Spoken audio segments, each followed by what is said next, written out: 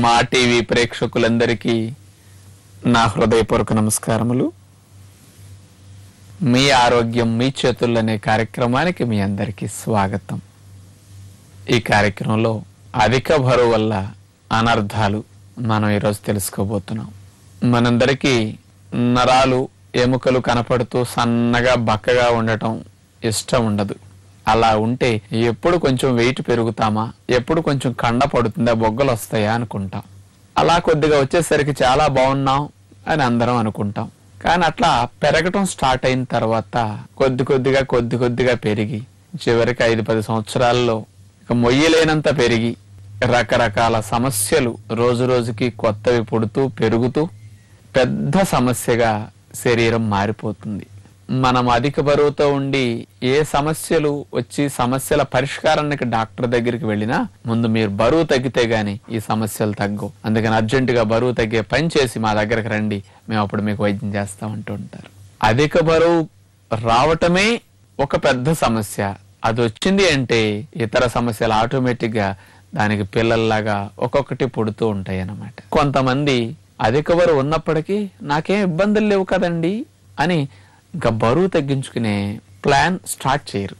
అలాంటి వారికి కూడా లోపల జరిగే ఈ సమస్యలను ఒక్కసారి ఆలోచిస్తే కాస్త మార్పు వచ్చి శరీరానికి అధిక బరువును తగ్గించి చక్కగా ఆరోగ్యకరమైన బరువులో ఈ శరీరాన్ని ఉంచుకుంటారని ఈ ప్రయత్నం అంతా. శరీరం బరువు పెరిగితే మొట్టమొదట మడాల నొప్పులు వచ్చేస్తాయి. ఎందుకు? ఈ శరీరంలో 10 కేజీలో 20 కేజీలో బరువు పెరిగితే ఆ పెరిగిన బరువు అంతటిని మోయవలసి వచ్చేది పాదాలే కదండి. మనం అడుగు వెయ్యాలంటే ఒక పాదం ఆనిస్తాం, ఇంకో పాదం లేపుతాం. అంటే మొత్తం బరువంతా వెళ్ళి ఒక్క పాదం మీద పడుతుంది. అంచేత ఈ బరువంతా మడం ఎముక ఉంటుంది కదా, అక్కడ బాగా పడుతుంది అనమాట. అక్కడ ఉండే లిగమెంట్లు ఇవన్నీ కొంచెం స్ట్రెచ్ అవుతాయి ఓవర్గా. అంత బరువును మోసేసరికి మోకాళ్ళ నొప్పులు, మడాల నొప్పులు ముఖ్యంగా. చూడండి, మడాల నొప్పుల విషయానికి వస్తే ఇద్దరు ఎక్కాల్సిన స్కూటర్ని 3 ఎక్కామనుకోండి, 1 రోజు 2 రోజులకి ఏమనదు. రోజు 3 ఎక్కితే ఆ టైర్లు స్ప్రింగులు ఒప్పుకుంటాయా చెప్పండి? అంత స్ట్రెయిన్ తట్టుకోగలుగుతాయా? లేదు.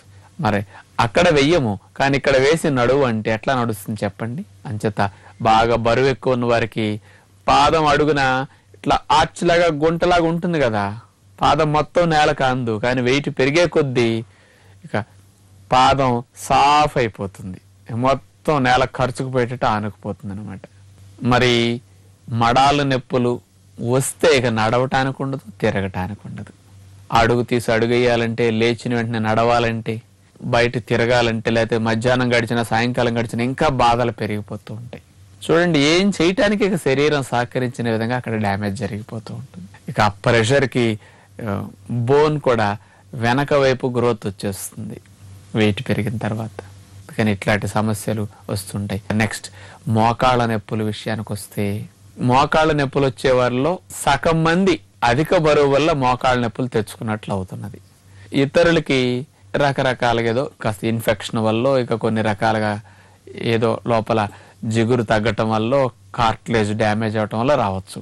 కానీ సగభాగం మందికి పైగా ఈ రోజుల్లో మోకాళ్ళ నొప్పులు అనేవి అధిక బరువు వల్లే వస్తున్నాయి. ఇంత బరువుని మొయ్యాలనేసరికి, కదపాలనేసరికి ఈ జాయింట్ ఎంత స్ట్రెయిన్ అవుతుంది. అందుకని ఈ భారానికి ఇక్కడ ఉండే జాయింట్ స్ట్రక్చర్ దెబ్బతినిపోతూ ఉన్నది. చేత కొన్ని సంవత్సరాలు గడిచేసరికి ఆ కార్టిలేజ్ కూడా దెబ్బతినిపోయి ఎముక దగ్గరకు వచ్చేయటం, రాపిడికి గురవటం జరుగుతుంది.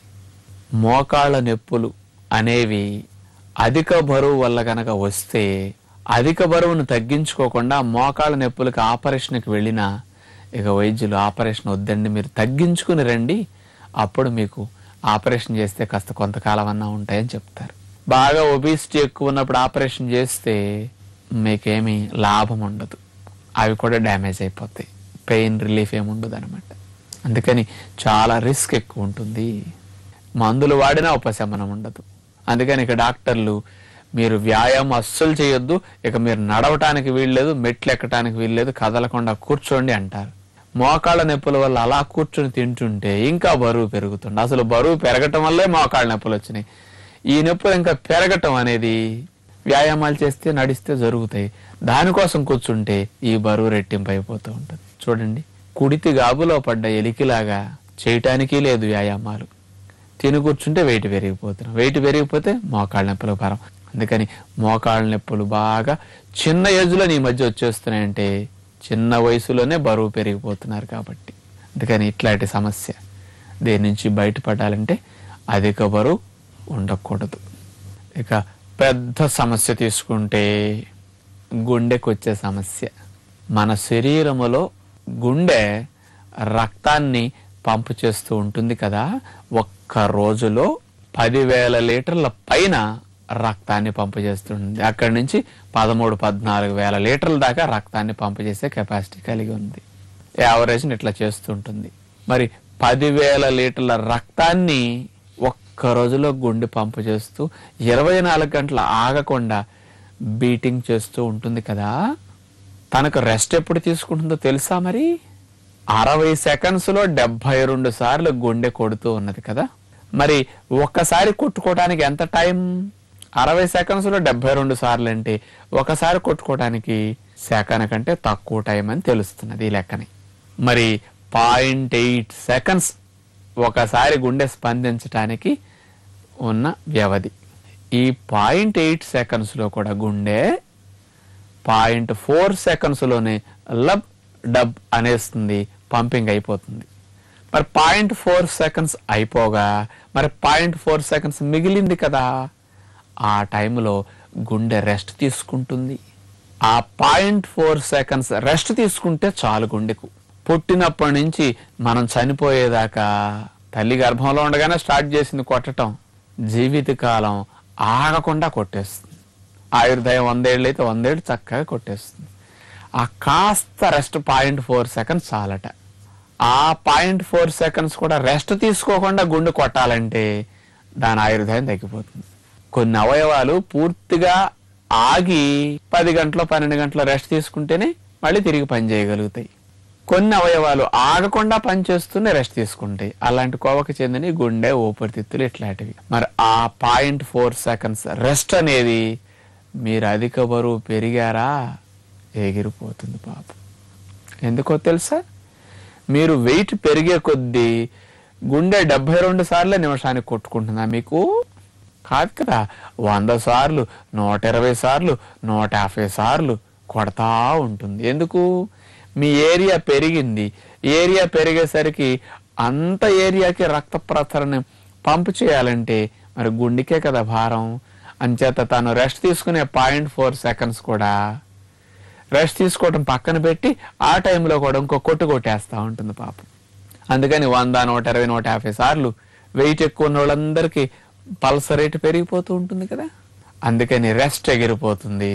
మరి 100 సంవత్సరాలు కొట్టాల్సిన గుండె రెస్ట్ లేకుండా అస్తమానం కొట్టుకుంటున్నందుకు అమ్మో వీడి కడుపున అనవసరంగా వచ్చి పడ్డాను, రెస్ట్ లేకుండా వాయించేస్తున్నాడు, ఓటీల మీద ఓటీలు కొట్టించేస్తున్నాడని ఇక కొట్టేయటం ఆపేస్తుంది.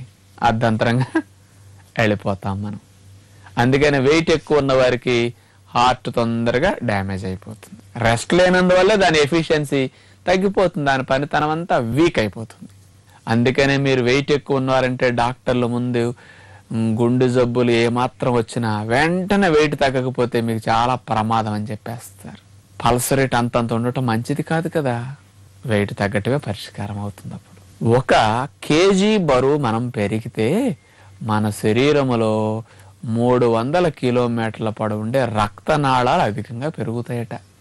మనకు 10-20 కేజీలు 25 కేజీలో పెరిగి ఏమండి ఇంతంత పెరగటం మంచిదిగా తగ్గండి అంటే కొందరు అంటుంటారు నేను ఇంత లావున్నాననే కానీ నాకేం ఇబ్బంది లేదండి అంటుంటారు. వయసులో ఉన్న గిత్త ఎంత బరువు పడేసినా లాగేస్తూ ఉంటుంది. అట్లాగే వయసులో ఉన్నవాళ్ళు బరువు 20-25 కేజీలు ఎక్కువ ఉన్నా మాకేం ఇబ్బంది లేదండి అంటుంటారు కదా. మీకు ఇబ్బంది లేదు, లోపల చస్తనాది పంపకొట్టలేక గుండె పాపం. మరి 1 కేజీ బరువుకు 300 కిలోమీటర్ల పొడవు ఉండే రక్తనాళాలు తయారైతే 20 కేజీలకి 6000 కిలోమీటర్ల పొడవుండే రక్తనాళాలు మీకు కొత్తగా తయారయ్యాయి. మామూలుగా మనకు 60,000 మైళ్ళ పొడవుండే రక్తనాళాలు ఉంటాయట. ఈ శరీరం మొత్తంలో రక్తనాళాలు దండలాగా గుచ్చుతాయి.